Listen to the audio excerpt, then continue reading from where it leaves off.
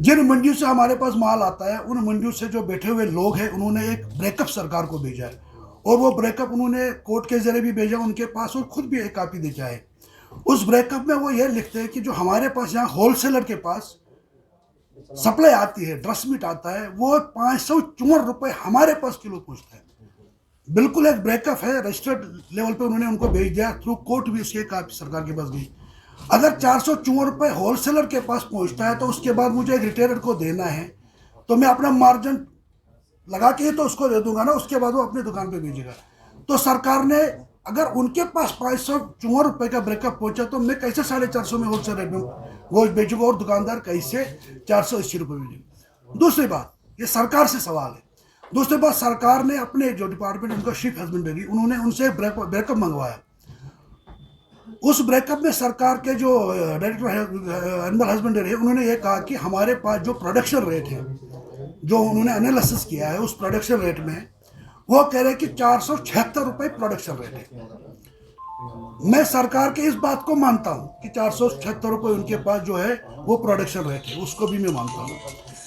और मैं दूसरी बात ये भी मानता हूं कि कश्मीर में क्योंकि शिप हस्बेंड्री सप्लाई देती नहीं है, चलो इस बात को भी मानेंगे कि ये फार्मूला हम थ्रू आउट कंट्री बाहर के फार्मर पे भी ये लगा देंगे कि 470 रुपये बाहर के फार्मर को भी यूनिट या प्रोडक्शन रेट तैयार हो जाता है। अब जिस फार्मर के पास 476 रुपये में तैयार होता है प्रोडक्शन रेट, अब उसके बाद वो फार्मर उस माल को उठा के सॉरी मंडी तक लेगा, तो मंडी, घर से लेकर मंडी तक उसका खर्चा कहाँ से है? फिर जाके उसका अपना मार्जिन है, जो फार्मर का मार्जिन है, वो मार्जिन कहाँ पे जोड़ा? उसके बाद जो वहां से हमें सप्लाई करते उनका मार्जिन वो कहाँ पे जोड़ा? जब वो मेरे पास आया तो यहां तक आने के लिए उसका ट्रांसपोर्टेशन है, वो मार्जिन कहाँ जोड़ा? अब जब मैं दुकानदार को बेचूंगा और मैं अपना मार्जिन लगूंगा, वो मार्जिन कहाँ से जोड़ा? और दुकानदार के ऊपर जो उन्होंने मार्जिन लगाया, वो मार्जिन कहाँ से जोड़ा?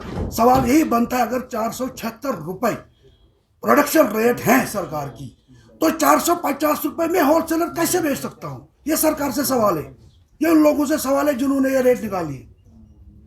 एक दुकानदार को उन्होंने 30 रुपये मार्जिन रखा है, एक दुकानदार को 12 रुपये कुछ पैसे खर्च आता है ड्रेसिंग करने के लिए, मतलब ट्रांसपोर्टेशन दुकान पे लेने के, बिजली फीस के लिए, या जो उनको जो काटने के लिए बंदे होते हैं, तो वहां से लेके फिर 18 रुपये दुकानदार का खर्चा बनता है, मतलब प्रॉफिट बनता है।